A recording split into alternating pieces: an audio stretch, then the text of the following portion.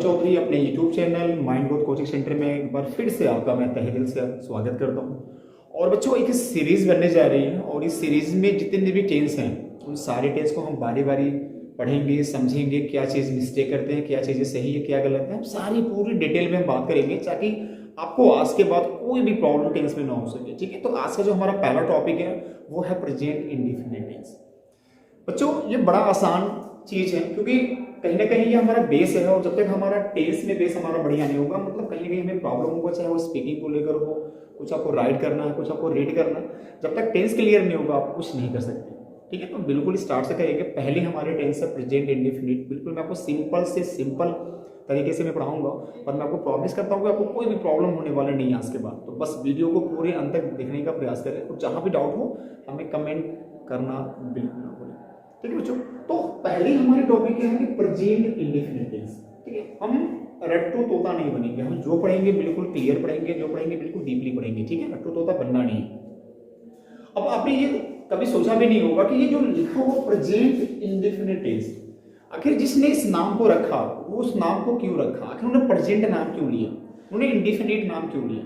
कुछ ना कुछ तो मतलब होता है, कहीं ना कहीं किसी से कनेक्शन होता है, तो वो कनेक्शन को हम समझेंगे। मैंने भी जस्ट कहा कि रट्टू तोता हम बनने का प्रयास नहीं करेंगे। तो ये प्रेजेंट का मतलब क्या होता है, वर्तमान। पहले इस चीज को समझेंगे, बिल्कुल थोड़ा डीपली समझने का प्रयास करेंगे। वर्तमान, एक एक वर्ड को समझेंगे और मैं आपको प्रॉमिस करता हूं कि अगर आप वर्ड को समझ गए हो ना तो आप टेंस की जो है ना पहचान, आइडेंटिफिकेशन इजी आप उसको लर्न कर सकते हो। पहचान बड़ा आसान है और पहचान सबसे कठिन भी है। तो पहले आप उसको बेसिक चीजों को समझने का प्रयास करेंगे। जाके आप वो याद करने वाले पे बिल्कुल नहीं जाएंगे, तो बस समझेंगे इसका नाम क्या रखा गया। ये वर्तमान बोल रहा है, वर्तमान। और कैसे मालूम पड़ता है वर्तमान, कि जब भी कोई काम अभी हो रहा है तो उसे क्या बोलते हैं, वर्तमान यानी कि प्रेजेंट। और इसका पहचान क्या है आप याद कर लेंगे। ऐसे वाक्यों के अंत में होता है होगा, हो होगा, हो होगा। तो जनरली इनके वाक्य में यही होते हैं। ठीक है, तो इससे मालूम पड़ेगा कि ये प्रेजेंट टेंस है, ये प्रेजेंट टेंस है। टेंस मींस क्या होता है, काल। टेंस मींस क्या होता है, काल। काल मतलब क्या होता है, समय। समय भी बोल सकते हैं, मतलब वर्तमान समय की बात हो रही है। ठीक है, समझे, ये समय की बात होती है। यानी ये जो पहला है और जो लास्ट है ये मिलकर हमें क्या बताएगा, समय की बात करेगा कि समय। समय किसकी है, वर्तमान की। पहचान क्या है हो। ठीक है, अब ये हमारा सेकेंड पार्ट बड़ा इंपॉर्टेंट है। ये क्या बताएगा, एक्टिविटी बताएगा। एक्टिविटी के बारे में बताएगा। किसका एक्टिविटी, जो हमारा वाक्य है, जो क्रिया है उसकी एक्टिविटी को बताएगा। और यही हमने जिस दिन ये समझ लिया ना, मैं आपको पूरा डिटेल में समझा दूंगा, तो आपको कोई भी जिंदगी में कभी दिक्कत होने वाला नहीं है टेंस को लेकर। ये मेरा अभी आप समझ जाओगे। अब यही समझना। अब इंडेफिनिट को अगर हम समझने का प्रयास करें तो इंडेफिनिट का मतलब क्या होता है, इंडेफिनिट का मतलब होता है अनिश्चित। ठीक है, इसको मैं नोट करूंगा, अनिश्चित। अनिश्चित, ठीक है, अनिश्चित यानी कि ऐसा वाक्य, आप ऐसे बोल सकते हो कि ऐसा वाक्य जो वर्तमान समय का हो, वर्तमान काल में हो, जिसके लास्ट में है हो, और उसकी जो एक्टिविटी है, जो क्रिया होने वाली है, उस क्रिया का जो अवस्था है वो अनिश्चित हो। आप कहोगे अवस्था कहां से आ गई, तो हम अवस्था के बारे में समझेंगे। ये अवस्था क्या होती है, क्रिया की अवस्थाएं क्या होती है। तो क्रिया का प्रारंभ होना, क्रिया का जारी होना, प्रारंभ होना, जारी होना और अंत होना, ये हमारी अवस्था होती है क्रिया का। आई मीन ये जो तीन अवस्थाएं आपको दिख रही हैं, यानी किसी भी क्रिया का प्रारंभ होने का बोध होना, किसी भी क्रिया के जारी होने का बोध होना और किसी भी क्रिया के अंत होने का बोध होना, ये अनिश्चित होता है, यानी इंडेफिनिट होता है। अनिश्चित मतलब कुछ मालूम ही नहीं है।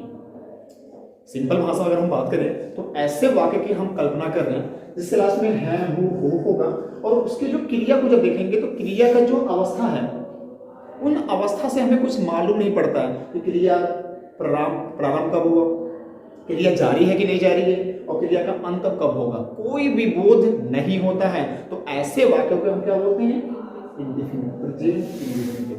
अनिश्चित मतलब कोई भी तीन प्रकार का कोई भी आपको बोध नहीं होंगे। और बेसिकली अक्सर आपने पढ़ा भी होगा, बचपन से भी टीचर लिखवाती है कि ऐसे वाक्य में क्या होता है, हमारा क्या होता है, पहचान। ता होगा, ती होंगे, ते होंगे। ठीक है, ता होगा, ती होंगे, ते।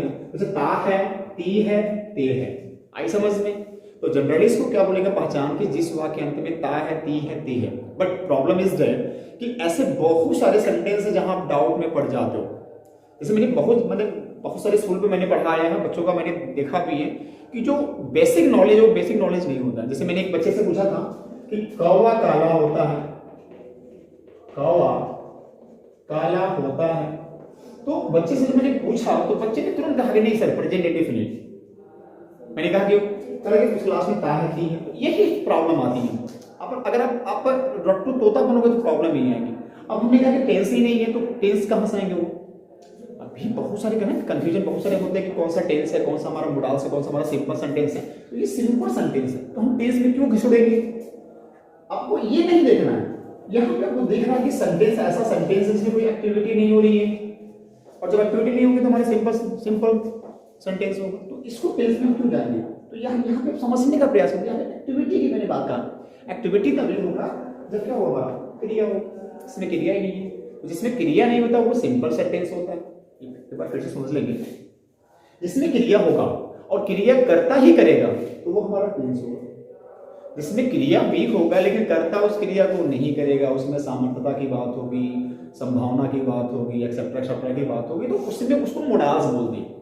इसको बहुत टीचर इसको मोडाल भी बोलते हैं, बहुत टीचर मॉडल भी बोलते हैं। तो आपकी मर्जी है, मोडाल बोलो या मॉडल बोलो, उसमें कोई दिक्कत नहीं।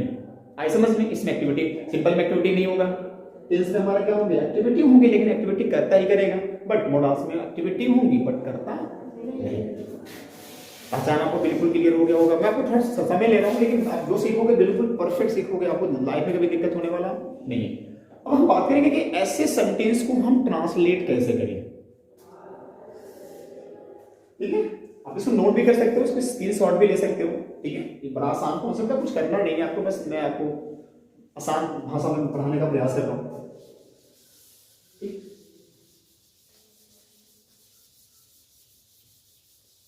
अब मैं कुछ वाक्य को समझेंगे। ठीक है, कुछ मैं आपको तीनों वाक्य बताऊंगा। जैसे मैंने कहा कि राम स्कूल जाता है, वे प्रत्येक दिन खाना खाते हैं, मैं स्कूल पर पढ़ता हूं। अब इस सेंटेंस को समझें, कैसे मालूम पड़ेगा ये प्रेजेंट इंडेफिनिट है। अब मैंने कहा राम स्कूल जाता है, जाना जाना एक्टिविटी हमारी हो गई, यानी कि क्या हो रहा है, वर्ब हमारा हो गया। और कौन जा रहा है, राम ही जा रहा है। इसका मतलब क्या हुआ, टेंस है। टेंस तो क्लियर है, एविडेंस है। लेकिन कैसे मालूम पड़ेगा इंडेफिनिट है? क्योंकि जाना हमारा क्या एक्टिविटी है, और इस एक्टिविटी को आप ध्यान से देखिए, बिल्कुल गौर से। हमारे पास कोई इंफॉर्मेशन नहीं है, यानी ना कब ये जाना का जो क्रिया है, जाने क्रिया, वो कब प्रारंभ हुआ, वी हैव नो आइडिया। जारी है कि जारी है, नो आइडिया। और कब ये खत्म हुआ जाने का प्रक्रिया, कोई भी आइडिया नहीं है। यानी इसमें कोई भी आइडिया दिया नहीं है, अवस्था हमें मालूम ही नहीं है। इसलिए अनिश्चित में क्या बोलेंगे, इंडेफिनिट, क्योंकि इंडेफिनिट का हिंदी अनिश्चित ही होता है। वे प्रत्येक दिन खाना खाते, खाना तो खाते हैं बट जो बोध है वो हमारे पास बोध ही नहीं है। कब, मतलब जो खाने की जो क्रिया है वो कब स्टार्ट हुआ, नहीं है। जारी है कि जारी है, जारी नहीं है, ये भी बोध नहीं है। और जो खाने की प्रक्रिया क्रिया है वो कब अंत होगा, ये भी हमारे पास बोध नहीं है। इसी प्रकार मैं स्कूल पर पढ़ता हूँ, मालूम मैं पढ़ता हूँ, मैं ही पढ़ता हूँ, क्योंकि टेंस है ये।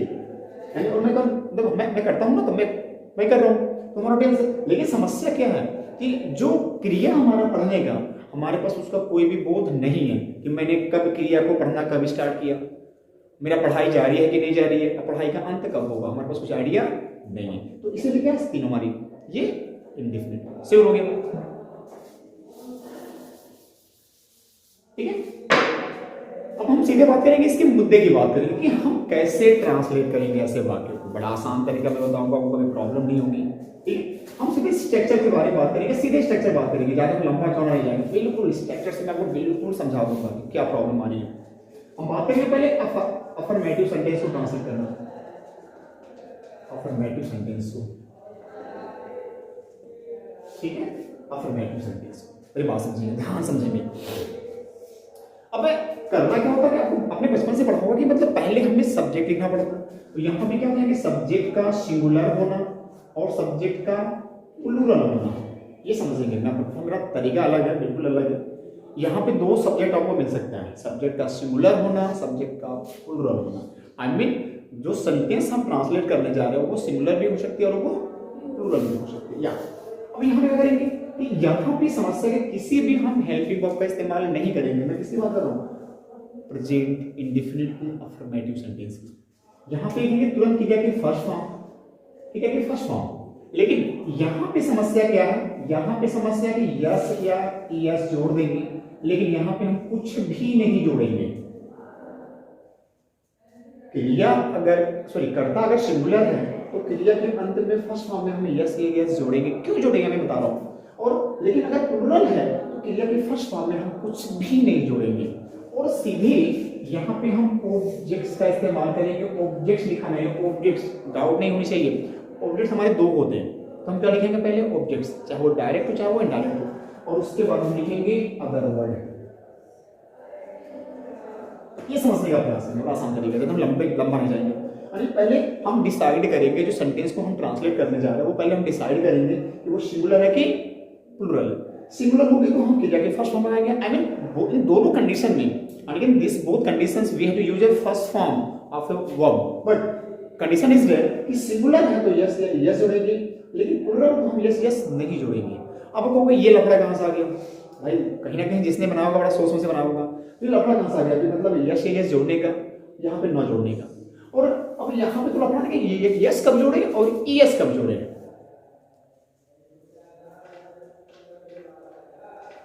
ठीक है, एक चीज मैं बताना चाहूंगा, मेरी बात समझने का प्रयास करेंगे, सुनिएगा। एक चीज थोड़ा डीपली समझने का प्रयास करेंगे। मैंने कहा कि गो, मैंने कहा मैंगो, मैंगो, और मैंने कहा मैंगोज। इसमें क्या अंतर? इसमें अंतर क्या है? मैंगो मैंगोज में अंतर क्या है कि मैंगो हमारी क्या है? सिंगुलर है, और मैंगोज क्या हमारा प्लूरल है। यानी मैंगो हमारा एक वचन है और मैंगोज हमारी क्या है? बहुवचन है। क्लियर? लेकिन अगर हमने कहा कि गो और हमने कहा गोज में क्या अंतर है, तो बहुत सारे बच्चे कंफ्यूज पड़ जाएंगे।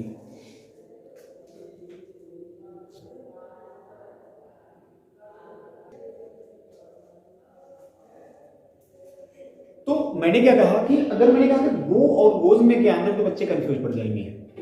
अब यहाँ पे अंतर क्या है कि ये मैंगो एक नाउन है, लेकिन गो क्या हमारा एक वर्ब है, यानी ये नाउन है, यानी कि संज्ञा है, ये हमारी क्या है? क्रिया। तो अगर मैंने पूछा तो कहीं ना कहीं आप यही कहोगे कि हमारी क्या है? ये सिंगुलर है और ये क्या है? प्लूरल है। लेकिन ये चीजें क्या है? गलत है। आप मेरी बात समझिएगा, ये नाउन है, ये हमारी क्रिया। इसका मतलब कि आज आपको समझ आएंगे कि जो क्रियाएं हैं, जो क्रिया है जो आप इस्तेमाल करते हो, जो वर्ब है, उसका भी सिंगुलर और प्लूरल होता है। यानी वो हमारा क्या हो गया? प्लूरल, और गोस क्या हो गया? सिंगुलर। ठीक नाउन के उल्टा होता है हमारा क्रिया का फर्स्ट फॉर्म। मैं फर्स्ट फॉर्म की बात कर रहा हूं। मैं आपको एक सेपरेट वीडियो बनाऊंगा और जिसमें आपको सिखाऊंगा कि हम कैसे जितने भी प्रकार के हमारे पास क्रियाएं हैं उसका हम सिंगुलर और प्लूरल कैसे बनाएंगे। पहले मैं बात कर रहा हूँ फर्स्ट फॉर्म, हम फर्स्ट फॉर्म को इस्तेमाल करने जा रहे हैं। तो फर्स्ट फॉर्म को याद कर देंगे कि जो फर्स्ट फॉर्म की क्रिया हैं वो जिन अवस्था में मिलेंगी, यानी जो उसकी मूल अवस्था है, मूल अवस्था वो क्या होती है? बहुवचन में होती है। लेकिन अगर हमने यस या यस लगा दिया तो वो क्या बन जाएंगी? सिंगुलर। आई समझ में? अब एक यूनिवर्सल रूल आप बिल्कुल याद कर लेंगे, यूनिवर्सल रूल याद कर लेंगे। रूल क्या बोलता है कि अगर सब्जेक्ट हमारा सिंगुलर है तो क्रिया भी हमारा सिंगुलर होना चाहिए। ये बिल्कुल दिमाग में रख लेंगे आप। जब तक ये दिमाग में रखेंगे नहीं, आपको आगे बहुत ज्यादा प्रॉब्लम को झेलना पड़ेगा। और अगर सब्जेक्ट हमारा प्लूरल है तो हमारी वर्ब भी क्या होंगी? प्लूरल होंगी। ये बिल्कुल आप दिमाग में रख लेंगे। इसीलिए हमने यहाँ पे यस या यस लगाया क्रिया के फर्स्ट फॉर्म में। क्यों? क्योंकि हमारा क्रिया क्या बन जाए? सिंगुलर बन जाए। तो सिंगुलर कर्ता, सिंगुलर क्रिया, ये दिमाग में रहे। बहुत बच्चे कंफ्यूज होता है कि मतलब बहुत बच्चे तो यस यस लगा देते हैं, लेकिन आते उनको ये नहीं मालूम पड़ा कि यस क्यों लगाया हमने, यस क्यों लगाया। हमने एस या यस इसलिए लगाया कि हम क्रिया के फर्स्ट फॉर्म को एक वचन बना सकें, क्योंकि हमें जो यूनिवर्सल रूल है उसको पूरा करना है किसी भी हालत में। क्या है वो? कि अगर हमारे कर्ता एक वचन है तो हमारी क्रिया भी एक वचन होना चाहिए। हमारी कर्ता अगर बहुवचन है तो हमारी क्रिया भी बहुवचन होना चाहिए। तो कर्ता हमारा क्या था, सिंगुलर, लेकिन हमने देखा कि जो हमारी क्रिया जो हमने इस्तेमाल किया वो ऑलरेडी मूल फॉर्म होता है, फर्स्ट फॉर्म। तो बहुवचन में तो उसको यश या ईएस लगा क्या करेंगे, उसको चेंज करेंगे एक वचन में। क्लियर हो गया। लेकिन जब कर्ता था हमारा बहुवचन तो ऑलरेडी हमने वही इस्तेमाल किया क्रिया की फर्स्ट फॉर्म। क्यों? क्योंकि ऑलरेडी वो बहुवचन में था। Problem solve. यानी कि हमारा क्या होगा, बैलेंस बराबर हो गया, तराजू क्या हो गया हमारा, बराबर हो गया। सिंगुलर सिंगुलर प्लूरल प्लूरल, ये मैनेज करना पड़ता है। जो मैनेज नहीं करेगा वो सेंटेंस गलत हो जाएंगे। ठीक है, अब समझ गए कि हमने यस या यस क्यों जोड़ा, ताकि हम क्रिया की फर्स्ट फॉर्म को सिंगुलर फॉर्म में कन्वर्ट कर सके। कन्वर्ट हो गया, चलो समझ गए। अब एक और प्रॉब्लम आ गया, अब इसको नोट कर लेंगे बिल्कुल। अब प्रॉब्लम क्या आ गया, अब समस्या ये कि हम यस कब जोड़ेंगे और ईएस कब जोड़ेंगे, इसको हम नोट कर लेंगे। यस जोड़ेंगे उस क्रिया की, सॉरी यस पहले कर लो, पहले यस कर लो। यस जोड़ेंगे उस क्रिया के अंत में जिसके अंत में यस हो, यस एच हो, सी एच हो, ओ हो, एक्स हो। 1 2 3 4 5, यानी कि जिन क्रियाओं के अंत में, जिन क्रियाओं के क्या होगा हमारा अंत में यस होगा, यस एच होगा, सी एच होगा, ओ होगा, एक्स होगा, उसमें हम यस जोड़ेंगे। और बाकी यस कहाँ जोड़ेंगे, जो अदर होगा, इनको छोड़ने के बाद जो बचेंगी क्रियाएं उसमें केवल हम यस जोड़ेंगे। बिल्कुल दिमाग के अंदर। जैसे मैंने लिखा गो, तो गो के लास्ट में क्या है हमारा, ओ है, तो हम ओ में क्या करेंगे, ईएस। तो हमने क्या कर लिया, इसमें ईएस जोड़ के क्या बन गया हमारा, गोज बन गया। और ये हमारा हो गया सिंगुलर, यानी सिंगुलर। पहले क्या था हमारा, प्लुरल था, हमने प्लुरल में क्या कर दिया, ईएस जोड़, ईएस जोड़ो, क्या बन गया हमारा, सिंगुलर। प्रॉब्लम सॉल्व हुआ। ये बड़ा आसान कॉन्सेप्ट है, बिल्कुल समझने का प्रयास करेंगे, बिल्कुल क्लियर है ये। ओके क्लियर, मतलब यहाँ पे कोई डाउट नहीं है, डाउट बिल्कुल हमारे पास नहीं है। और हमने ये भी समझ लिया कि यस कब जोड़ेंगे, यस कब जोड़ेंगे, और हमने ये भी समझ लिया कि यस यस क्यों जोड़ेंगे। ठीक है, अब हम बात करेंगे सीधे वाक्यों को ट्रांसलेट करने के लिए। तो चलिए करते ट्रांसलेट।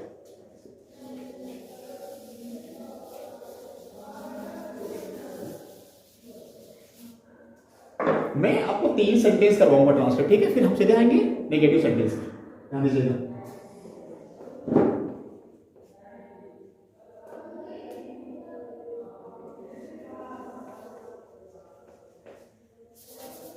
राम प्रत्येक दिन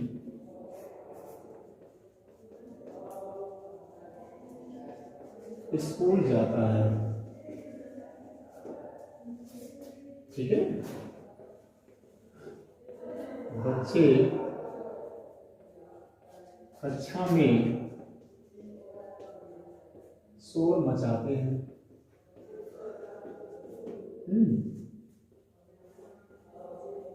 मैं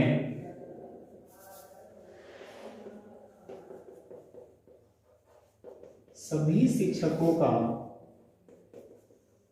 सम्मान करता हूं। सम्मान करता हूं, ये 3 सेंटेंस को समझेंगे बिल्कुल डिटेल में, कोई दिक्कत नहीं होगा, समझ रहे हो। आप ध्यान से मेरी बात सुनेंगे। तो कह रहे हैं राम प्रत्येक दिन स्कूल जाता है, तो पहले हमें क्या लिखना है, करता। अब करता कैसे मालूम पड़ेगा, किसी वाक्य में अगर आपने कौन लगा के प्रश्न पूछा कौन, तो क्या मिलेगा, करता। तो राम प्रत्येक दिन स्कूल जाता है, स्कूल कौन जाता है, राम, जाहिर सी बात, राम हो गया हमारा करता। क्लियर हो गया। अब डिसाइड करेंगे कि जो हमारा करता है वो सिंगुलर है कि प्लुरल है। तो नाम क्या होता है, सिंगुलर होता है, तो पहले दिमाग में रखो तुम्हारा सिंगुलर है। अब कह रहे हैं क्रिया इस्तेमाल करो, तो क्रिया मतलब क्या, एक्टिविटी, किसी भी काम का होना, तो है वो जाने का, तो गो हो गया। अब देखिए ये सिंगुलर है और ये क्या हमारा प्लुरल है। मैंने अभी जस्ट कहा कि जो मूल फॉर्म है किसी भी क्रिया के फर्स्ट फॉर्म का वो किस में होता है, बहुवचन, उसको सिंगुलर में चेंज करेंगे ना, क्या जोड़ेंगे, यस जोड़ेंगे, यानी कि राम गोज। अब जाता कहाँ पे, अब ऑब्जेक्ट नहीं है इसमें, कहाँ, अब जाएंगे अदर वर्ड, अब जो बचे होंगे कहाँ जाता है, स्कूल, तो गोज टू स्कूल कब जाता है, प्रत्येक दिन। तो चाहे आप डेली का इस्तेमाल करो या एवरीडे का इस्तेमाल करो, कितना आसान हो गया। Ram goes to school daily, करना कुछ नहीं है। ठीक है, बच्चे कक्षा में शोर मचाते हैं, कौन, बच्चे, चिल्ड्रेन,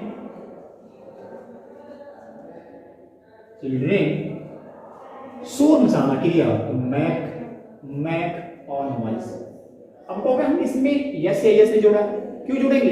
क्योंकि हमारे क्या था, बच्चे मतलब बहुत अधिक संख्या के बाद में बहुवचन में आ गया, तो क्रिया भी क्या होगा, ऑलरेडी बहुवचन होगा।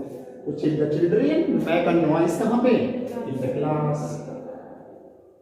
In the class. मैं सभी शिक्षकों का सम्मान करता हूं, मैं सभी शिक्षकों का सम्मान करता हूं। तो आई और यहाँ पे समस्या क्या है कि यहाँ पे आई भी क्या आएगा, हमारा प्लूरल में आएगा। तो आई रेस्पेक्ट किसका, सभी शिक्षकों का, ऑल दी टीचर्स।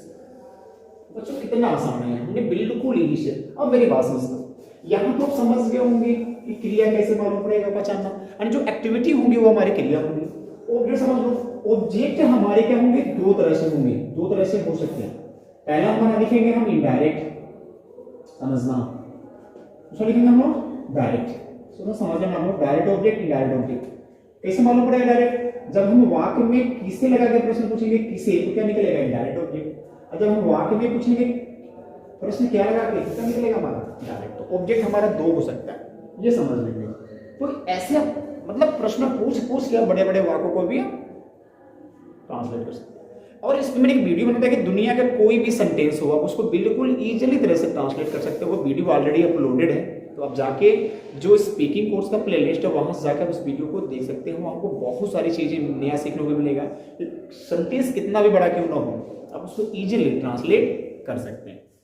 तो बच्चों हम बात करेंगे कि नेगेटिव सेंटेंस को हम ट्रांसलेट कैसे करें, ठीक है। तरीका सेम वही रहेगा, लेकिन थोड़े से परिवर्तन होंगे। मेरी बात समझने का प्रयास करेंगे। इसका क्या हमारा स्ट्रक्चर, आप स्ट्रक्चर समझने का प्रयास करेंगे। इसमें सब्जेक्ट का सिंगुलर होना और क्या होना, सब्जेक्ट का प्लूरल भी होना, यहाँ पे सेम हो जाएगा, ठीक है। लेकिन यहाँ पे क्या करेंगे कि हम लगाएंगे डज नॉट नहीं के लिए और डू नॉट भी नहीं के लिए। ये हम बात कर रहे हैं नहीं के लिए, क्योंकि यहाँ पे दो प्रकार के वाक्य आपको देखने को मिलेंगे, एक नहीं वाला, एक कभी नहीं वाला। और इन दोनों का जो बनाने का तरीका वो अलग अलग है, तो उससे कंफ्यूजन आपको होगी। ये सबसे थोड़ा सा अजीब टेंस है, कंफ्यूजन आपको होगा।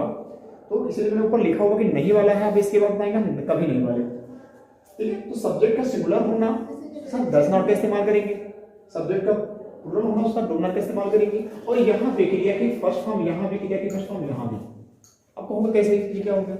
अब यहाँ कहोगे कि हमने यस क्यों नहीं लगाया, क्योंकि यहाँ पे आपने ऑलरेडी डू में लगा लिया है यस।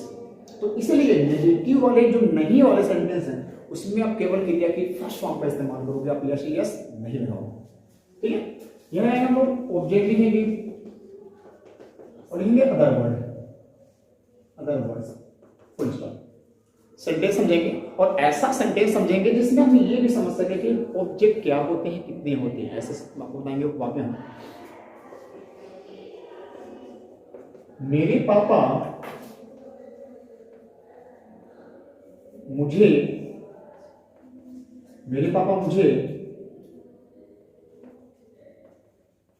प्रत्येक दिन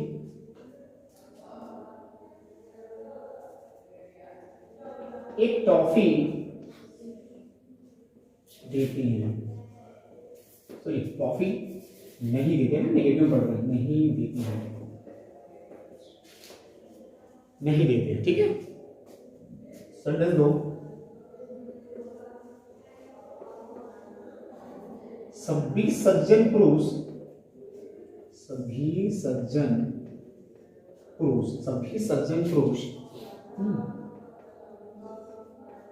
गाली नहीं देती हैं। तो हम बस दो ही वाक्य समझेंगे, एक सिंगुलर वाला, एक प्लूरल वाला, आप समझ लोगे, ठीक है। इस वाक्य को समझिएगा। तो मैंने भी जैसा आपको कहा कि जो ऑब्जेक्ट है वो दो तरह से हो सकती है, एक हो सकती है इनडायरेक्ट ऑब्जेक्ट, एक हो सकता है डायरेक्ट ऑब्जेक्ट। ये समझने का थोड़ा प्रयास करोगे। कैसे मालूम पड़ेगा डायरेक्ट है, जब हम प्रश्न पूछेंगे किसके लगाकर। कैसे मालूम पड़ेगा डायरेक्ट है, पूछेंगे प्रश्न क्या लगाकर। ये आप बिल्कुल नोट कर लीजिए। कर्ता को मालूम पड़ेगा कि जब हम पूछेंगे, प्रश्न पूछेंगे कौन लगाकर, कौन, तो क्या मिलेगा हमारा, कर्ता, यानी कि सब्जेक्ट, ठीक है। तो पहला काम क्या करना है, खोजना है कर्ता।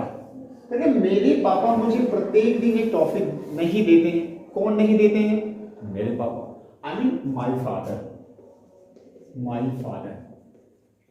अब माई फादर को हमको डिसाइड करना है कि ये सिंगुलर है कि प्लूरल है। मैंने बहुत बच्चों को देखा, बच्चे बहुत कंफ्यूज पड़ जाते हैं कि लिखा माई, माई मतलब सोचेंगे बहुवचन, लेकिन ऐसा नहीं होता। आप संख्या पे जाओ कि सबके पापा कितने होते हैं? एक होते हैं, तो क्या होगा? सिंगुलर। माई से कोई मतलब नहीं है, तो क्या होगा? सिंगुलर में आएगा।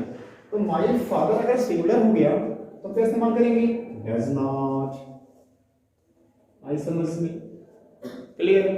अगर क्रिया, क्रिया मतलब एक्टिविटी, तो करा देना, देना मतलब give. My father do not, sorry does not give. किसे हो गया? किसे, किसे, तो मुझे, मुझे, मी। अब ध्यान देना, हमने ये भी इस्तेमाल कर लिया, ये भी इस्तेमाल कर लिया, हमने ये भी इस्तेमाल कर लिया। किसे? तो मी, मुझे। क्या? एक toffee. And my father does not give me a toffee. Toffee हो गया कब? प्रत्येक दिन। एंड डेली ये आ गया हमारा अदर वर्ड में। बच्चों कुछ करना नहीं है, ये आ गया अदर वर्ड में।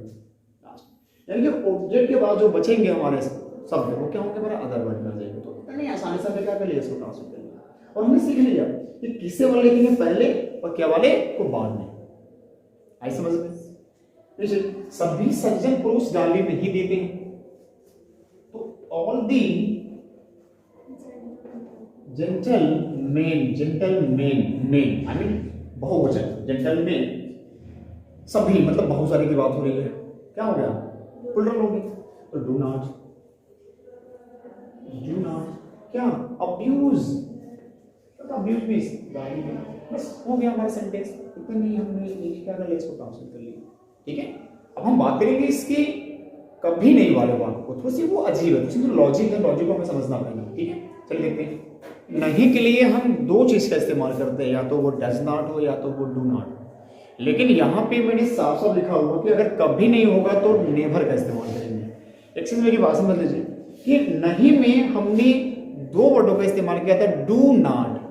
डू मतलब क्रिया है, डज, डज नॉट वो भी क्रिया है। ठीक है, तो वहां पे डू से क्या मालूम पड़ता है? बहुवचन, तो हमने लगाया बहुवचन साथ।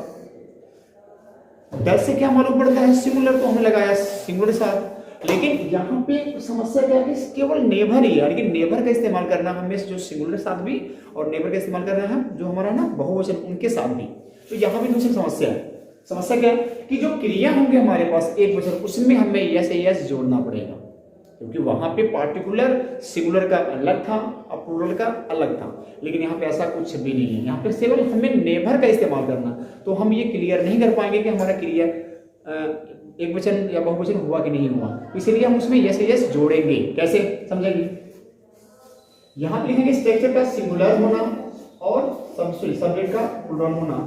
ठीक है, क्रिया नेवर लगाएंगे कभी नहीं के लिए, नेवर प्लस क्रिया की फर्स्ट फॉर्म में यस या यस जोड़ेंगे, और क्रिया की फर्स्ट फॉर्म में हम कुछ भी नहीं जोड़ेंगे। ऑब्जेक्ट का इस्तेमाल करेंगे, आप समझ गए होंगे।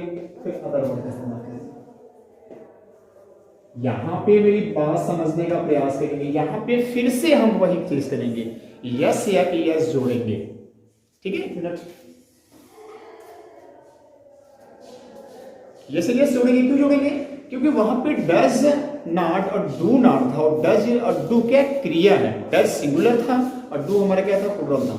लेकिन यहाँ पे कोई चीजें नहीं है, तो हमें जो मेन वर्ब है उसमें हमें जोड़ना पड़ेगा, उसमें हमें जोड़ना पड़ेगा। ठीक है, समझिए।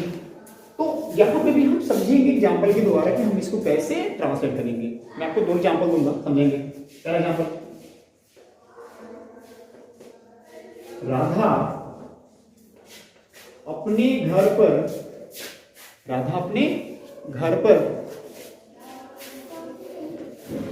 कभी गीत नहीं गाती है।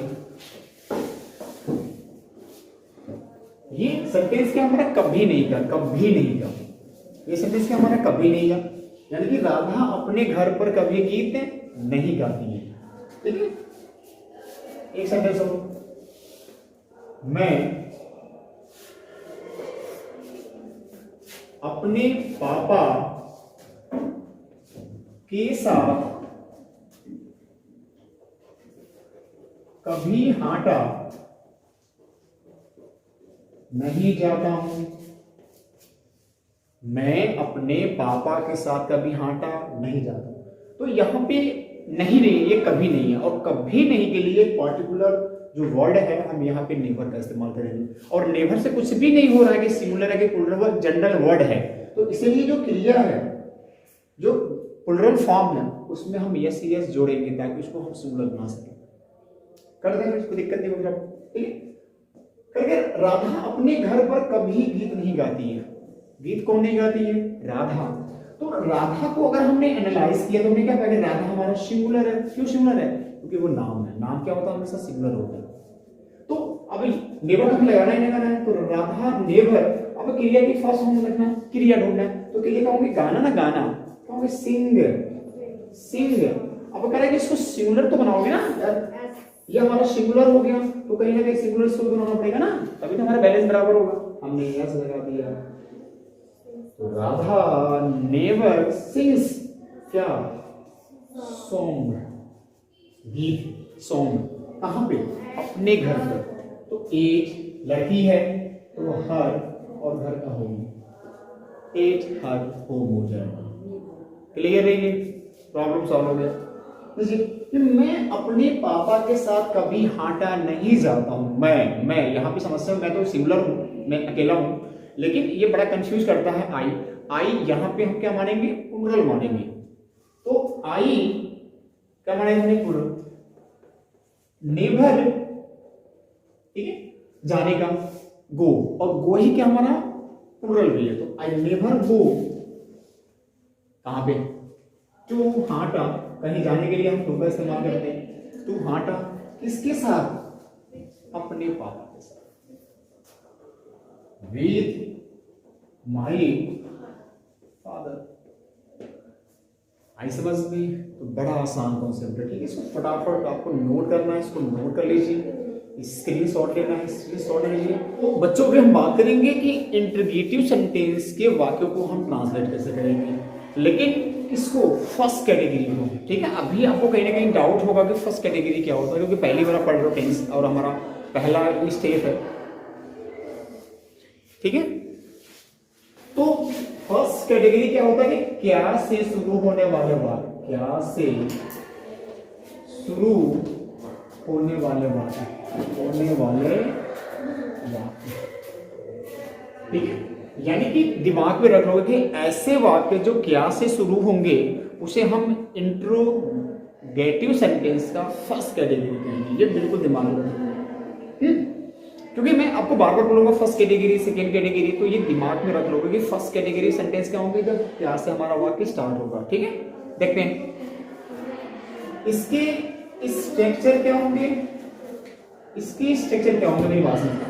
अब देखो, ये ऐसे वाक्य होंगे जो क्या से स्टार्ट होंगे, तो हम करेंगे क्या, समझ? तो पहले हम कहेंगे डज या डू। अब कहोगे ये कहां से आ गया? सेम वही है, हमने डज लगाएंगे सिंगुलर के लिए और डू लगाएंगे प्लूरल के लिए। तो हम लगाया, हमने सब्जेक्ट लिखा, सब्जेक्ट का सिंगुलर होना और सब्जेक्ट का प्लूरल होना। लेकिन कभी कभी ऐसे भी बहुत सारे वाक्य हैं जिसमें कभी या नहीं या कभी नहीं आते हैं, तो यहाँ पे डाउट नहीं। अगर नेवर होंगे तो, अगर नहीं होगा तो नॉट लगा सकते हो, और कभी नहीं तो नेवर लगा सकते हो। लेकिन कब लगाएंगे? कर्ता के बाद लगाएंगे। इंटरगेटिव सेंटेंस में अगर नॉट आ गया या तो नहीं आ गया या कभी नहीं आ गया तो हम क्या करेंगे? नॉट या नेवर हमेशा कर्ता के बाद ही लगाएंगे। ये बिल्कुल दिमाग में नोट कर लेंगे, ये एक यूनिवर्सल रूल है। मतलब कोई भी सेंटेंस हो, कोई भी टेंस हो, आपको यही इस्तेमाल करना है, आपको ये फॉर्मेट इस्तेमाल करना है। आई समझ में? देखिए हम फिर क्या करेंगे? क्रिया की फर्स्ट फॉर्म, क्रिया की फर्स्ट फॉर्म दोनों कंडीशन में, क्योंकि आपने यहाँ पे डज का इस्तेमाल कर दिया जो किसके लिए? हमारे सिंगुलर के लिए। इस्तेमाल करेंगे ऑब्जेक्ट्स, इस्तेमाल करेंगे अदर वर्ड्स, लास्ट में क्वेश्चन मार्क। ये क्वेश्चन मार्क का इस्तेमाल करेंगे लास्ट में। जो बड़ा आसान कॉन्सेप्ट, ठीक है, समझने का प्रयास करेंगे। मैं फिर से जो आपको बताऊंगा दो वाक्य समझने। मैंने कहा कि क्या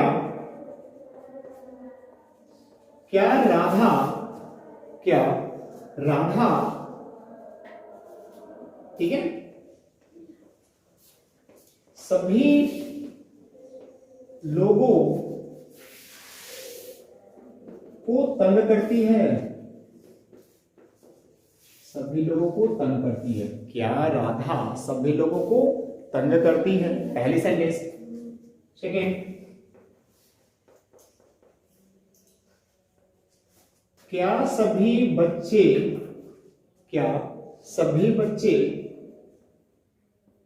ठीक है कक्षा में शोर नहीं मचाते हैं? कक्षा में शोर नहीं मचाते हैं। यहां मैंने आपको दिया है इंट्रो नेगेटिव सेंटेंस है, ताकि आपको इस चीज को समझ सको, इस चीज को इस्तेमाल करने के लिए आप समझ सको। तो यहां बस प्रॉब्लम वही है कि सिंगुलर और प्लुरल वाली। तो पहले क्या ढूंढेंगे हमारा? पहले अब ऐसे सेंटेंस को ट्रांसलेट करने के लिए सबसे पहला काम क्या करेंगे? ये सबसे थोड़ा सा जटिल सेंटेंस माना जाता है। ऐसे सेंटेंस को ट्रांसलेट करने के लिए सबसे पहले क्या काम करोगे? कर्ता को ढूंढेंगे। I mean we have to find the subject first so that we can decide which word we have to use first. I mean we have to use does या we have to use do. I mean पहले हमें do का इस्तेमाल करना या हमें पहले does का इस्तेमाल करना। तो हमें इस चीज को डिसाइड करने के लिए पहले हमें कर्ता को सर्च करना पड़ेगा, ढूंढना पड़ेगा। ढूंढ दें। तो क्या राधा सभी लोगों को तंग करती है? तंग कौन करती है? राधा। तो राधा को हमने क्या पाया? सिंगुलर। तो हमने क्या करेंगे? हम पहले डज का इस्तेमाल करेंगे। मैंने पहले कहा था राधा सिंगुलर, तो हम डज का इस्तेमाल करेंगे। तो अगर कर्ता लिखो तो कर्ता हमने ऑलरेडी ढूंढ लिया है, तो क्या मानोगे? राधा। तो डज राधा नॉट नहीं है, नेवर भी नहीं है, तो इसको इग्नोर कर जाएंगे, आगे बढ़ जाएंगे। Does not Radha. अब ढूंढेंगे क्रिया तंग। तंग करना क्या होता है हमारा? Tease. TEASE। Does Radha tease किसको? मुझे नहीं, सभी लोगों को। All the people. लास्ट में क्वेश्चन। तो does Radha tease on the people, खत्म। लास्ट में क्या लाएंगे? क्वेश्चन मार्क लगाना भूलेंगे नहीं बच्चों। इसको हम पीपुल नहीं पीपल पढ़ते हैं, तो इसको दिमाग में रखो, पीपल। इसको पीपुल नहीं पढ़ेंगे, कब पढ़ेंगे? पीपल। तो बहुत सारे बच्चे प्रोनाउंसिएट गलत करते हैं, तो आप प्रोनाउंसिएट गलत नहीं करोगे, तो बोलेंगे पीपल। आगे, क्या सभी बच्चे कक्षा में शोर नहीं मचाते हैं? कौन नहीं मचाते हैं? सभी बच्चे। आई मीन क्या होगा? प्लुरल हो गया, तो हम तुरंत डू का इस्तेमाल करेंगे। समझोगे format? This is very simple. आप ट्राई करोगे घर पे, ठीक है? लास्ट की वीडियो के लास्ट में मैं आपको कुछ सेंटेंस दूंगा जिसको आपको ट्रांसलेट करनी है, उसको आपको भेजनी है मेरे व्हाट्सएप नंबर पे। डू सभी बच्चे, do all the children not क्या? मेक नॉइस कहां पे? In the class. लास्ट में क्वेश्चन आए कि नहीं? अभी सेकेंड कैटेगरी भी बाकी है, ठीक है? तो सेकेंड कैटेगरी को भी समझेंगे इसके बैक टू बैक। तो पहले इसको आप चाहो तो नोट कर लीजिए, स्क्रीनशॉट ले लीजिए, जैसे आपको इच्छा करे, ठीक? तो बच्चों अभी हमने फर्स्ट कैटेगरी को पढ़ा और अभी हम जा रहे पढ़ने सेकेंड कैटेगरी को। मेरी बात समझेंगे? अब सवाल हमारा ये कि सेकेंड कैटेगरी है क्या? क्योंकि अभी हमने जस्ट पहले पढ़ा फर्स्ट कैटेगरी के बारे में, तो मैंने आपसे कहा कि फर्स्ट कैटेगरी वही सेंटेंस होंगे जो क्या से शुरू होंगे, लेकिन ये क्या हमारी सेकेंड कैटेगरी। इसके बाद थर्ड कैटेगरी भी आने वाली है, जो बड़ा मिसलेनियस होता है, बड़ा दुर्लभ होते हैं। ऐसे सेंटेंस बहुत ज्यादा बच्चे कंफ्यूज पड़ जाते हैं, तो अभी हम उस चीज को बात करेंगे इसके बाद। लेकिन पहले हम क्या बात करेंगे? सेकेंड कैटेगरी, ठीक है? अभी एक नया चीज भी आ गया जो क्वेश्चन टैग है। तो क्वेश्चन टैग पे मैंने एक वीडियो सेपरेट बना चुका हूं। अगर आपको कुछ डाउट हो क्वेश्चन टैग के बारे में क्या है, तो आप जाके प्लेलिस्ट में वीडियो मौजूद है, वहां पे आप उसको देख सकते हो, ठीक है? तो ये सेंटेंस क्या है? ये है करा कि इंटरगेटिव सेंटेंस की सेकेंड कैटेगरी की बात करेंगे, ठीक है? सेकेंड कैटेगरी का मतलब क्या होता है? इसको हम लोग क्वेश्चन वर्ड टाइप भी बोलते हैं। बहुत सारे टीचर इसको हम क्वेश्चन वर्ड टाइप भी बोलते हैं, लेकिन हम इसको सेकेंड कैटेगरी बोलेंगे। यानी कि ऐसे सेंटेंस जिसके बीच में चाहे अंत में, ठीक है, WH फैमिली मौजूद हो। अभी आपको ये भी आ गया कि WH फैमिली क्या होगा, because we are going deeply, हम डीपली पढ़ रहे हैं। जो भी पढ़ेंगे रटो धोखा नहीं बनेंगे, ठीक है? अब मैंने कहा कि कोई भी बात है जिसके बीच में अगर WH फैमिली हो, ये WH फैमिली क्या होता है? वह फैमिली जिनका प्रयोग हम प्रश्न को पूछने के लिए करते हैं, उसको हम WH फैमिली कहते हैं। आप कहोगे WS क्यों नाम रखा गया, क्योंकि जितने भी आपके पूरे इंग्लिश की मैं बात कर रहा हूँ, जितने भी वर्ड मिलेंगे जिनका इस्तेमाल हम प्रश्न पूछने के लिए करते हैं, या तो वो W से स्टार्ट होंगे या तो वो S से स्टार्ट होंगे। S जैसे what, why, when, whom, whose, etc। ज्यादा लंबा नहीं करेंगे। और क्या हमारा हो गया हमारा एच वाला हाउ। आई समझ में, तो दो ही वर्ड है, मतलब चाहे एस से स्टार्ट होगा चाहे डब्ल्यू से, तो इसको WS फैमिली बोलते हैं। तो इसकी तो हिंदी में लोगों को क्या, क्यों, कब, ठीक है, किसको, किसका, एक्सेट्रा।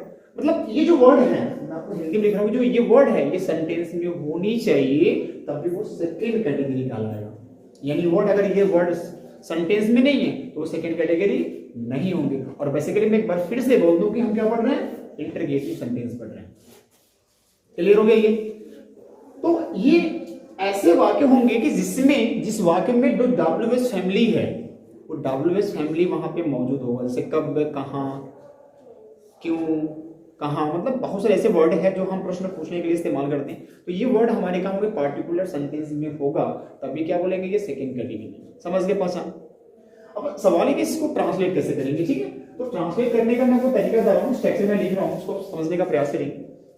यहां देखिए, पहले लिखेंगे WS फैमिली, पहला वही जिससे हम प्रश्न पूछ रहे हैं। ये मेरी कंफ्यूज नहीं पढ़ना, बहुत सारे बच्चे कंफ्यूज पढ़ेंगे, तो मैं ये नहीं नोट करूंगा, WS फैमिली नोट नहीं करूंगा, क्योंकि बहुत बच्चे ऐसे बच्चे हैं जो पहली वर्ष में हाँ WS फैमिली भी कुछ होता है, इसको क्वेश्चन वर्ड बोलेंगे। क्या बोलेंगे? Question word. ये फेमस वर्ड है, ये ज्यादा फेमस वर्ड है, क्वेश्चन वर्ड। यानी कि वह है वर्ड जो क्वेश्चन पूछेगा, पहले उनको ट्रांसलेट करेंगे, ठीक है? यहाँ पे डू या डज लगाएंगे, फिर वही समस्या आ गया, do for plural subject, does for only singular subject. या देन सब्जेक्ट का सिंगुलर में उसको ऊपर कर लीजिए, नीचे कर लीजिए, सब्जेक्ट का सिंगुलर होना और सब्जेक्ट का प्लूरल होना। यहाँ पे कंफ्यूजन ना होंगे आप बिल्कुल। मैंने बार बार कहा कि ये टेंस पढ़ लो, और टेंस का यूनिवर्सल रूल है कि अगर आपका कर्ता सिंगुलर है तो आपकी क्रिया भी सिंगुलर होनी चाहिए, और अगर आपकी कर्ता प्लूरल है तो आपकी क्रिया भी प्लूरल होना चाहिए। तो बैलेंस बराबर करना पड़ता है, यानी कि सिंगुलर सिंगुलर, प्लूरल प्लूरल, ये हमें बैलेंस करना पड़ेगा। फिर हम यहाँ पे क्रिया की फर्स्ट फॉर्म यहाँ भी लगाएंगे, क्रिया की फर्स्ट फॉर्म यहाँ लगाएंगे, और वही चीज ऑब्जेक्ट्स रहेंगे। लास्ट में क्या होगा हमारा? अदर वर्ड्स, अदर वर्ड्स, और लास्ट में क्वेश्चन मार्क लगाना बिल्कुल नहीं भूलोगे, ठीक है? अभी बिल्कुल इसीलिए बिल्कुल आप समझ जाओगे, कोई प्रॉब्लम नहीं होगा। अभी मैं आपको सेंटेंस बताऊंगा एग्जांपल, तो समझ जाओगे, ठीक? पहला सेंटेंस, तुम प्रत्येक दिन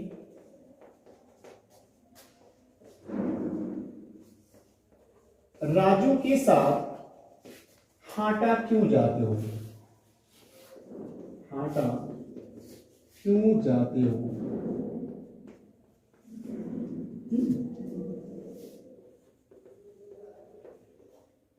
बच्चा सुबह कब उठता है? उठता है, ठीक है? तो ये हमारा हो गया सेंटेंस। अब यहां पे देखा आपने कि यहां पे भी प्रश्न पूछ रहा है, कह रहा है क्यों, प्रश्न पूछ रहा है, और यहां पे मतलब कब है, तो ये कहीं ना कहीं लगा कि क्या है, इंटरजेक्टिव का सेकंड कैटेगरी, क्योंकि इसमें प्रश्न पूछे जा रहे हैं।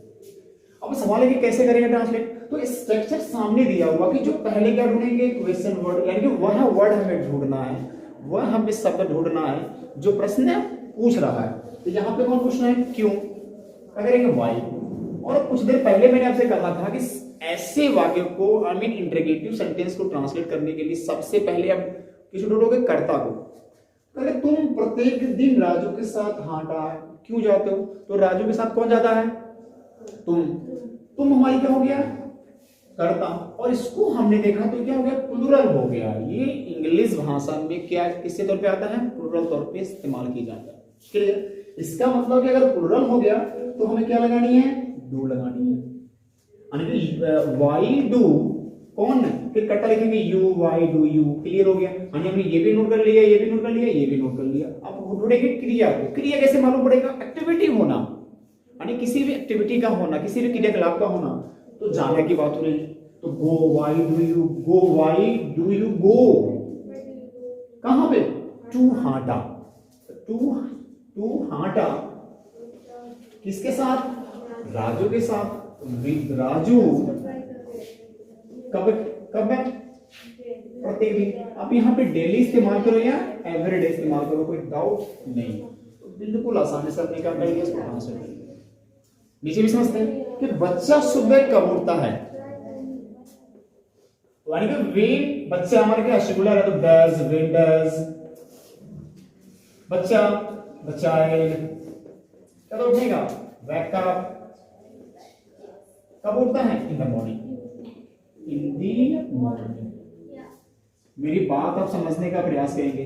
मॉर्निंग हम कहीं लिखेंगे तो उसके पहले इन द का इस्तेमाल जरूर करेंगे। इन द मॉर्निंग ये बिल्कुल कहीं लिखेंगे, सेपरेट लिखेंगे, ये रूल है इसका, तो उसको बिल्कुल आप दिमाग में रख लेंगे। तो ये होता है तरीका, मतलब सेकेंड कैटेगरी को ट्रांसलेट करने का। बच्चों इसी कड़ी में हम बात करेंगे हु वाले वाक्य को। अब कहेंगे कि हु वाले वाक्य को मैंने अलग क्यों कर दिया, ये हु वाले वाक्य भी सेकेंड कैटेगरी में ही आता है, लेकिन इसकी जो रूल्स है, जो रेगुलेशन है, वो अलग है। इसको देखते हैं कैसे करेंगे, ठीक है। अब कहोगे ये इसको अलग क्यों रखा गया, क्योंकि हु मींस क्या होता है, कौन। कौन मतलब आपको थोड़ी सी अब बैठ जाइए और मेरी बातों को याद करिए। मैंने आपको बीच में कहा था कि जब हमें कर्ता को ढूंढना है तो क्या करना है, कौन लगा के प्रश्न पूछना। तो ऑलरेडी क्या दिया हुआ है, कौन दिया हुआ है। इसका मतलब हम ये जो WHO है, ये एक ऐसा वर्ड है जो एज अ कर्ता इस्तेमाल करेंगे। अब कहोगे कि जब कर्ता इस्तेमाल करेंगे तो क्या बन जाएंगे, अफर्मेटिव। ना, अफर्मेटिव नहीं बनेगा, ये एज अ कर्ता इस्तेमाल करेंगे और इसको कहां बनाएंगे, इंटरोगेटिव में। और जो हु वर्ड है उसको हम क्या मानेंगे, कर्ता, और उसको कर्ता मानकर क्या करेंगे, सेंटेंस को करेंगे ट्रांसलेट बिल्कुल हूबहू जो हमने अफर्मेटिव में किया था, और लास्ट में क्या लगाएंगे, क्वेश्चन मार्क भी। कैसे, मेरी बात समझना, ठीक है। होगी स्ट्रक्चर ध्यान दीजिएगा, पहले हु, तुरंत क्रिया की फर्स्ट फॉर्म, और क्या जोड़ेंगे, यस या यस जोड़ेंगे, फिर वही ऑब्जेक्ट का इस्तेमाल करेंगे, ऑब्जेक्ट्स का इस्तेमाल करेंगे, फिर अदर वर्ड्स लास्ट में। ये बड़ा अजीब है। अजीब कहां है कि हमने इसको कर्ता माना और क्या माना, सिंगुलर माना। तो यहाँ पे क्या लगेंगे, तुरंत क्रिया की फर्स्ट फॉर्म का इस्तेमाल करेंगे और साथ में यस या यस भी जोड़ेंगे क्रिया के अंत में। इसीलिए थोड़ी सी अलग है, इसको मैं आपको अलग तरह से बता रहा हूँ, अलग भाग में। ऐसे समझ में कैसे, समझिए एग्जाम्पल, तुम्हें अंग्रेजी कौन पढ़ाता है, तुम्हें अंग्रेजी कौन पढ़ाता है, राधा को आटा कौन पहुंचाता है। तो बच्चों अगर वाक्य में कौन होंगे तो इस कौन को हम क्या मानेंगे, कर्ता मानेंगे, और कर्ता मान के ही इसको हम ट्रांसलेट कर लेंगे। आई मीन यहाँ पे बड़ा अजीब है कि यहाँ पे क्रिया के फर्स्ट फॉर्म में हमें यस या यस जोड़ना पड़ेगा। समझ गए कैसे करेंगे, तो पहले क्या लिखना है, हु को, कहा गया हु, तो हु यहां में हमारे हु कौन पढ़ाना, क्या होगा, टीच, जोड़ेंगे यस, टीचेस, हु टीचेस, इसको यू मिस तुम्हें क्या, इंग्लिश, बस कोई लफड़ा नहीं है। हु टीचेस यू इंग्लिश, और लास्ट में क्वेश्चन मार्क जरूर लगाएंगे। ये रूल है इंटरोगेटिव सेंटेंस का, अगर आप ऐसा नहीं करते हो तो सेंटेंस आपका गलत माना जाएगा। क्लियर हो गया, नहीं ये हमारी ऑब्जेक्ट है, ये नहीं करोगे, ये ऑब्जेक्ट है, कभी गलती नहीं करोगे, ये ऑब्जेक्ट है। ये भी राधा हमारी क्या है, ऑब्जेक्ट है, यहाँ पे कभी गलती नहीं करोगे। हमारे राधा और तुम्हें ये ऑब्जेक्ट है, ये कोई सब्जेक्ट नहीं है। हमने किसको माना सब्जेक्ट, ये हमारा सब्जेक्ट है, कौन, कौन ही हमारी क्या है, सब्जेक्ट। यहाँ पे कंफ्यूजन बहुत ज्यादा होती है, बच्चे बड़ा कंफ्यूज पड़ जाते हैं, लेकिन हम इसको नोट भी कर लेंगे। जो तुम ही है, जो राधा है, वो हमारा सब्जेक्ट नहीं है, वो ऑब्जेक्ट है, इसलिए इसका इस्तेमाल हमने एज ऑब्जेक्ट किया हुआ। समझ में, यहाँ कि राधा को आटा कौन पहुंचाता है, तो हु कौन पहुंचाता है। अब देखो यहाँ पे मैं इस वर्ड को चेंज करूंगा, क्योंकि अभी ये जो सेंटेंस है वो क्वालिटी वर्ब में है, ठीक है। अभी छोटे बच्चों को क्वालिटी वर्ब को समझ नहीं आएगी। तो राधा को कौन कौन तंग करता है, मैंने सेंटेंस को चेंज क्यों किया, क्योंकि वो पॉजिटिव वर्ब में था, और पॉजिटिव वर्ब अभी आपको बिल्कुल समझ नहीं आएगा, पहले लेवल पे हो तो आपको डाउट हो जाएंगे, तो मैं उसको मैंने हटा दिया। अरे राधा को हाटा, सॉरी हाटा में कर लो, कोई दिक्कत नहीं है, हाटा में। तो राधा को हाटा में कौन तंग करता, अच्छा लगा सर। राधा को हाटा में कौन तंग करता है, तो हु क्या हो गया, टीजेस ऐसा वर्ड है जिसका इस्तेमाल तंग करने के लिए, तो हु टीजेस किसको, राधा। राधा हमारी क्या बनेगी, ऑब्जेक्ट, कहां पे, इन हाटा। लास्ट में क्वेश्चन आई समझ में, ये बड़ा अजीब है, थोड़ी सी बड़ा अजीब है, क्योंकि हर जो है ना सेंटेंस का जो सिचुएशन है वहां पे हमारे पूरे जो स्ट्रक्चर है वो बदल जा रहा है, तो इसको आपको समझेंगे, इसको नोट करेंगे, इसको बिल्कुल डीपली समझने का प्रयास करेंगे, कहाँ कहाँ चीजें क्या क्या बदलाव हो रही है। तो बच्चों अब हम बात करेंगे सबसे इंपॉर्टेंट चीज को, अक्सर बच्चों को डाउट होती है, बहुत सारे बच्चे इस वर्ड को सही से इस्तेमाल नहीं कर पाते कि how much, how many, how sorry which, ऐसा सेंटेंस है जो बड़े अजीब ढंग से प्रयोग किए जाते हैं, और इस प्रयोग को जो बच्चे समझ नहीं पाते हैं, अक्सर ऐसे सेंटेंस को ट्रांसलेट वो नहीं कर पाते, तो इसको भी हम डाउट को बिल्कुल क्लियर कर देंगे। आप बिल्कुल वीडियो को बिल्कुल ध्यान से समझें, जहां डाउट हो मुझे कमेंट जरूर करें, ठीक है। नीचे मेरा व्हाट्सएप नंबर दिया गया है, आपको कुछ भी प्रॉब्लम होता तो मुझे व्हाट्सएप जरूर करें, ठीक है। तो अब सवाल क्या है कि प्रेजेंट इंडेफिनिट टेंस के जो हम इंटरोगेटिव सेंटेंस पढ़ रहे हैं, तो उस इंटरोगेटिव सेंटेंस में हाउ मच, हाउ मेनी और विच का इस्तेमाल हम कैसे करें, मेरे पास में ये हाउ मच और हाउ मनी, ये भी होता है हमारा कितना, कितना या कितने, और ये भी हमारा कितना या कितने, कितना या कितने दोनों का होता है, ठीक है। अंतर क्या कि ये इस्तेमाल करेंगे अनकाउंटेबल नाउन के लिए, और ये इस्तेमाल करेंगे काउंटेबल नाउन के लिए। जिनको हम गिन नहीं सकते हैं उनके लिए इस्तेमाल करेंगे हाउ मच, और जिनको हम गिन सकते हैं उनको इस्तेमाल करेंगे हाउ मेनी। विच मींस कौन सा, option, if you want to choose something तो उस कैटेगरी में आप विच का इस्तेमाल करो, तो मतलब चुनने के लिए कौन सा, कौन सा, ये बिल्कुल समझ लोगे, ठीक है। ये ऑप्शन चुनने के लिए हम विच का इस्तेमाल करते हैं। अब कहोगे कि हमने इसको अलग क्यों किया, क्योंकि तीनों चीज में कॉमन है। कॉमन क्या है कि ये ऐसे सेंटेंस हैं कि जिनके तुरंत बाद हमें उसके पार्टिकुलर जो नाउन है उसका इस्तेमाल करना पड़ता है। मेरी बात समझिए, इसका क्या बनेगा शिक्षक कि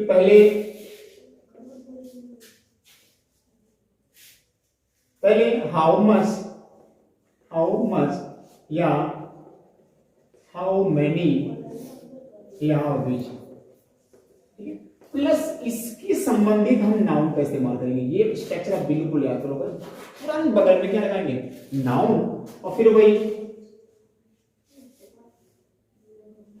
डज या डू प्लस सब्जेक्ट का सिंगुलर होना और सब्जेक्ट का प्लूरल होना, फिर वही चीजें क्या की जाती, फर्स्ट फॉर्म, ऑब्जेक्ट और अदर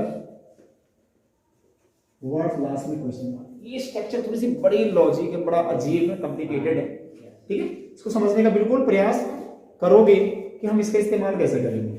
यहाँ पे लॉजिक यही है कि हमें इसके तुरंत बाद इसके संबंधित जो नाउन है हमको उसका इस्तेमाल करना। आप नहीं करते हो सेंटेंस गलत माना जाएगा। तो तीन सेंटेंस बताऊंगा मैं, हाउ मच का, हाउ मनी का और विच का, है ना। पहला वर्ड हाउ मच का, ठीक है। मैंने कहा कि राधा के पास, राधा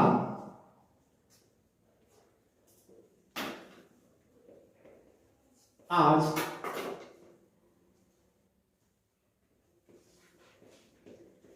कितना रुपए,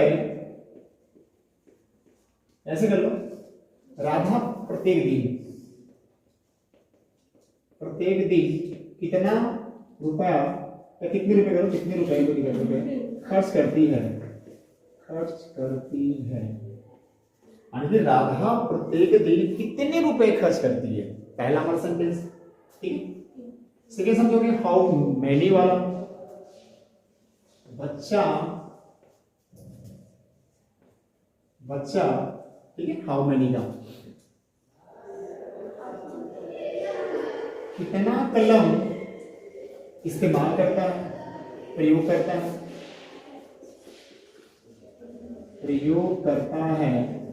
लास्ट हमारा, सबसे लास्ट क्या हमारा, विच वाला, ठीक है, कि तुम कौन सा विषय